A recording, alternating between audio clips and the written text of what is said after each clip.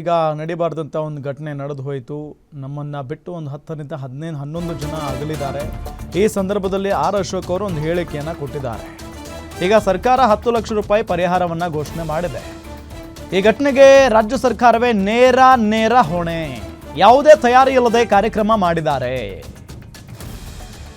ಮೃತರ ಕುಟುಂಬಸ್ಥರಿಗೆ 10 ಲಕ್ಷ ಅಲ್ಲ 1 ಕೋಟಿ ಪರಿಹಾರವನ್ನ ಕೊಡಬೇಕು, ತಲಾ 1 ಕೋಟಿ. ರಾಜ್ಯ ಸರ್ಕಾರದ ವಿರುದ್ಧ ಆರ್ ಅಶೋಕ್ ಆಕ್ರೋಶವನ್ನ ವ್ಯಕ್ತಪಡಿಸಿದ್ದಾರೆ. ನೋಡಿ, ಚಿನ್ನಸ್ವಾಮಿ ಸ್ಟೇಡಿಯಂ ಬಳಿ ಕಾಲ್ ತುಳಿತ ಹಿನ್ನೆಲೆ ಈ ಘಟನೆಗೆ ರಾಜ್ಯ ಸರ್ಕಾರವೇ ನೇರ ಹೊಣೆ ಅಂತ ಹೇಳಿ ವಿಪಕ್ಷ ನಾಯಕ ಆರ್ ಅಶೋಕ್ ಆರೋಪವನ್ನ ಮಾಡಿರುವುದು. ಯಾವುದೇ ತಯಾರಿ ಇಲ್ಲದೆ ಕಾರ್ಯಕ್ರಮ ಮಾಡಿದ್ದಾರೆ. ಮೃತರ ಕುಟುಂಬಸ್ಥರಿಗೆ 10 ಲಕ್ಷ ಅಲ್ಲ 1 ಕೋಟಿ ಪರಿಹಾರವನ್ನ ಕೊಡಿ ಅಂತ ಹೇಳಿದ್ದಾರೆ. ಇದು ತಪ್ಪ್ಯಾರ್ದು ನೇರವಾಗಿ ಸರ್ಕಾರ ಇವರ ಕ್ರೆಡಿಟ್ಗೋಸ್ಕರ, ಇವರ ಪಬ್ಲಿಸಿಟಿಗೋಸ್ಕರ ರಾಜ್ಯದ ಅಮಾಯಕ ಯುವ ಜನಾಂಗವನ್ನು ಕೊಂದಿದ್ದಾರೆ. ಇವರು RCBಗೋಸ್ಕರ ನೋಡೋಕ್ಕೋಸ್ಕರ ಬಂದಂಥವ್ರಿಗೆ ಅವ್ರ ಮನೆಗೆ ಹೆಣ ಕಳಿಸಿದ್ದೀರ. ನೀವೆಲ್ಲರ ಮನೆಗೂ ಅವರ ಡೆಡ್ ಬಾಡಿಯನ್ನು ಕಳಿಸಿದ್ದೀರ. ಈ ಭಾಗ್ಯವನ್ನು ನೀವು ಕರುಣಿಸಿದ್ದೀರ. ಇದು ಸರ್ಕಾರ ಪ್ರಾಯೋಜಿತ ಸಾವಿನ ಸರಣಿ. ಇದು ಸರ್ಕಾರ ಪ್ರಾಯೋಜಿತ.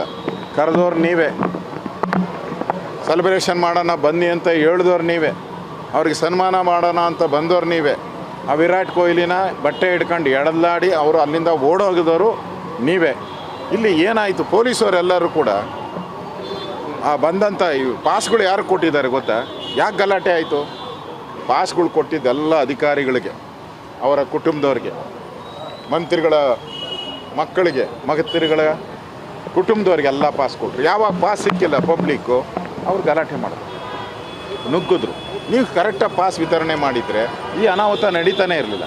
2 ಕಡೆ ಪ್ರೋಗ್ರಾಮ್ ಮಾಡೋ ಅಂತ ಏನಿತ್ತು ರೀ? ಇದೇ ಮುಖ್ಯಮಂತ್ರಿ, ಇದೇ ಡೆಪ್ಟಿ CM ಅಲ್ಲಿ ಸ್ಟೇಡಿಯಮ್ಗೂ ಹೋಗ್ತಾಯಿದ್ರು. ಇಲ್ಲಿ 2 ಕಡೆ ಮಾಡಿದ್ರಿ. ಪೊಲೀಸರು ಡಿವೈಡ್ ಆದರು ಪಾಪ. ಇದರಲ್ಲಿ ಪೊಲೀಸರು ಅಮಾಯಕರು, ಪೊಲೀಸರ ಪಾತ್ರ ಇಲ್ಲ ಇದರಲ್ಲಿ ಏನೂ. ಅವ್ರ ಮೇಲೆ ಒರ್ಸಕ್ಕೆ ಹೋಗಬೇಡಿ.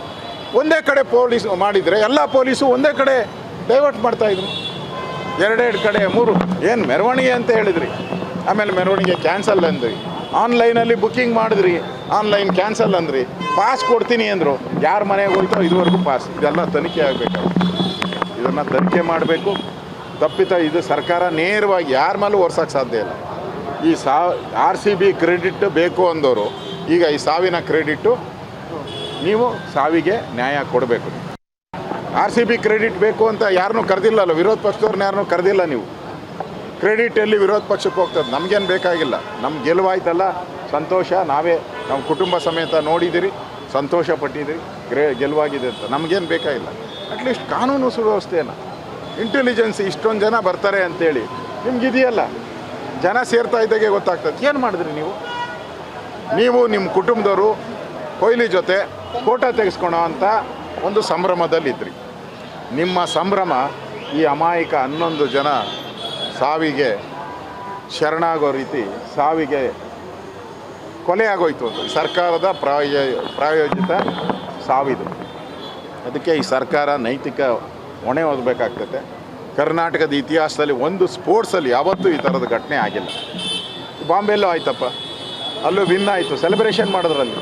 ಕಲ್ಕಟ್ಟಾದಲ್ಲಿ ಸ್ವತಃ ಮುಖ್ಯಮಂತ್ರಿ ರೋಡ್ ಶೋನಲ್ಲಿ ಬಂದಿದ್ದರು. ಯಾಕಾಗಲಿಲ್ಲ? ಅಲ್ಲಿ ಏನೂ ಆಗಿಲ್ಲ. ಕಲ್ಕಟ್ಟ ವರ್ಸ್ಟ್ ಅಂತ ಹೇಳ್ತಾರೆ ಎಲ್ಲರೂ, ಇಡೀ ದೇಶದಲ್ಲಿ ವರ್ಸ್ಟ್ ಪೊಲೀಸ್ ಅಂತಾರೆ. ಅಲ್ಲೇನೂ ಆಗಿಲ್ಲ. ಇಲ್ಲಿ ಕರ್ನಾಟಕದಲ್ಲಿ ಆಗಿದೆ ಅಂತ ಹೇಳಿದ್ರೆ ನಿಮ್ಮ ಸರ್ಕಾರದ ಹತಾಚುರ್ಯದಿಂದನೇ ಈ ಸಾವಾಗಿರೋವಂಥದ್ದು. ಮುಖ್ಯಮಂತ್ರಿ ಅನೌನ್ಸ್ ಮಾಡಿದ್ದಾರೆ 10 ಲಕ್ಷ. ಯಾವ ಮಕ್ಕ ಇಟ್ಕೊಂಡು 10 ಲಕ್ಷ ಅನೌನ್ಸ್ ಮಾಡ್ತೀರ ರೀ? ನಾಚಿಕೆ ಆಗಲ್ವ ನಿಮಗೆ?